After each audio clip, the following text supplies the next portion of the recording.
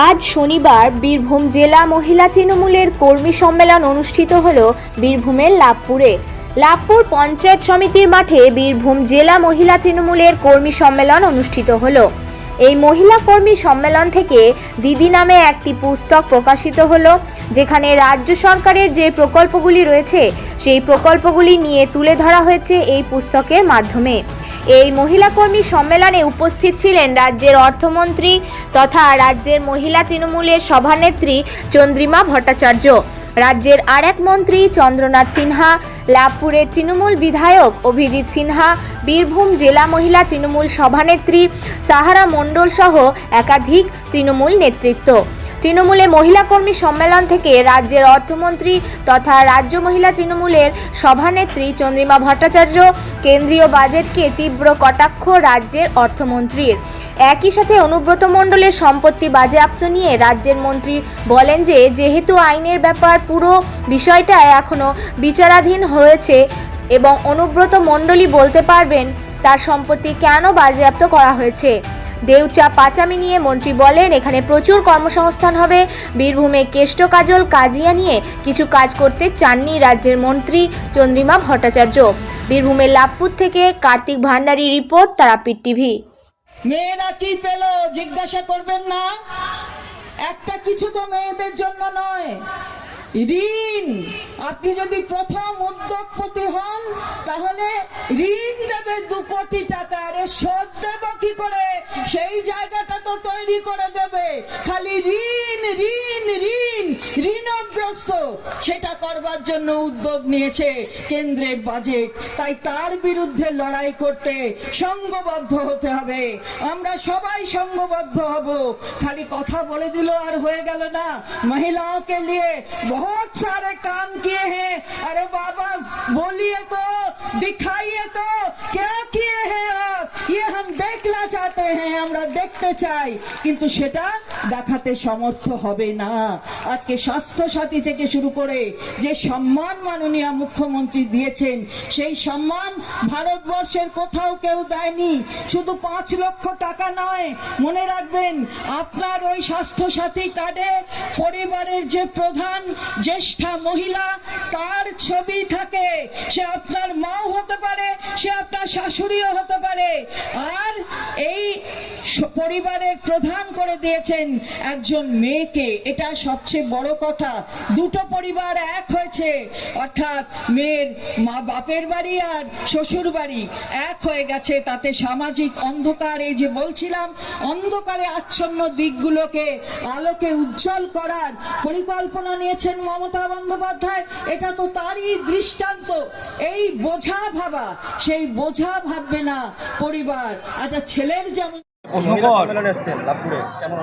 অত্যন্ত সুন্দর এবং সংগঠিত সম্মেলন। আপনারা সবাই দেখলেন যে এত মহিলারা এখানে এসেছেন, সমবেত হয়েছেন লাভপুরে।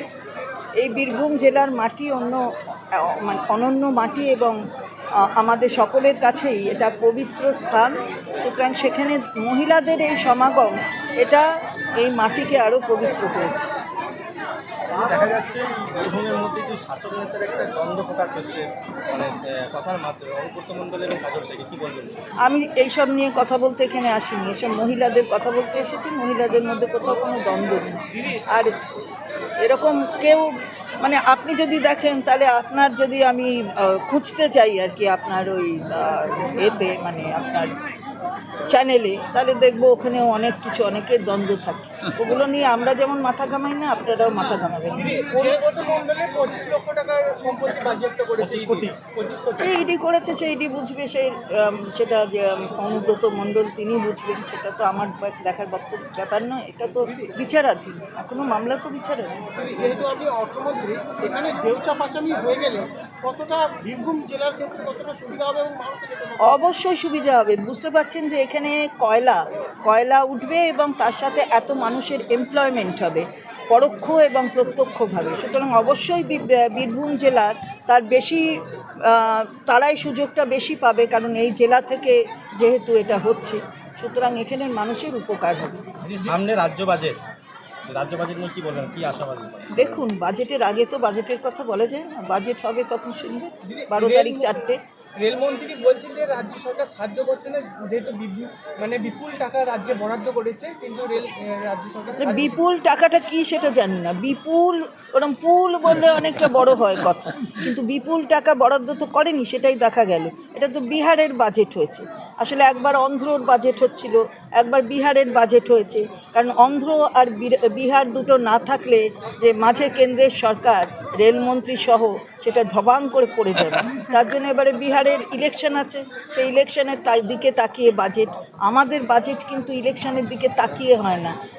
একটু মনে করবেন যে আমাদের তৃণমূল কংগ্রেসের ইস্তাহারে লক্ষ্মীর ভাণ্ডারের মতন একটা প্রকল্পের কথা বলা ছিল, সেটা যখন 21 সালে সরকার এলো তখন কিন্তু লক্ষ্মীর ভাণ্ডার হয়েছে। লক্ষ্মীর ভাণ্ডার ভোটের দিকে তাকিয়ে তখন করা হয়েছে তা কিন্তু নয়, ভোটের জিতে আসার পরে তারপরে করা হয়েছে, এটা পার্থক্য। সুতরাং বিপুল কি বললো ও দিয়ে আমাদের কোনো মাথা ব্যথা নেই। আপনি বললেন কেন্দ্রের যে বাজেট সেখানে মহিলাদের জন্য কিছু নেই, রাজ্যের ক্ষেত্রে কি সেরকম কিছু থাকবে? দেখবেন, সেটা তো এক্ষুনি বলবো না। রাজ্যে যা হয় কোনো ভেদাভেদ রাখা হয় না, রাজ্যে তো আলাদা করে করা হয় না। আপনি যদি দেখেন তাহলে কেন্দ্রের বাজেট, এই যে বলেছেন অনেক চাকুরিজীবীরা তারা পুরো মানে উপকৃত হবেন, 12 লক্ষ অবধি তাদের ছাড়, স্ট্যান্ডার্ড ডিডাকশন 75,000, অর্থাৎ 12,75,000 অবধি চাকুরিজীবীদের ছাড়। আমি ধরে নিলাম, মানে ধরছি, এটা মানে আমি জাস্ট দৃষ্টান্ত নিয়ে হিসাবে বলছি। ধরুন আপনি মাসে 50,000 টাকা মাইনে পান, এবার 50,000 হলে আপনি 6 লাখ হলো বছরে, তাহলে আপনি পাবেন স্ট্যান্ডার্ড ডিডাকশন সহ আপনি ওটার বেনিফিট পাবেন। কিন্তু আপনি যদি আপনার বাড়িটা বিক্রি করেন তাহলে তো ক্যাপিটাল গেইনস হয়ে যাবে ওই টাকাটা আপনার হাতে, সেটা কি ওই 12 লক্ষর মধ্যে আসবে না। আপনাকে কিন্তু ট্যাক্স দিতে হবে। কারণ দেখবেন যখন উনি বলেছেন তখন বলেছেন স্যালারিড যারা এমপ্লয়িজ তারা পাবে 12 lakhs and standard deduction 75,000 other than capital gains. যে এই যে এত জাগলারি আছে, এগুলো কিন্তু সাধারণ মানুষ বোঝেন না।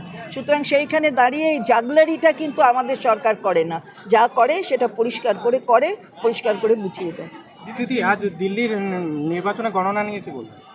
গণনা নিয়ে কী বলবার আছে, আমাদের এখন কিছু বলার নেই না, সেটা এক্ষুনি বলতে পারবো না আমরা, কারণ আমাদের দল থেকে কি বলবে সেটা দেখে নেব। নতুন হাসপাতাল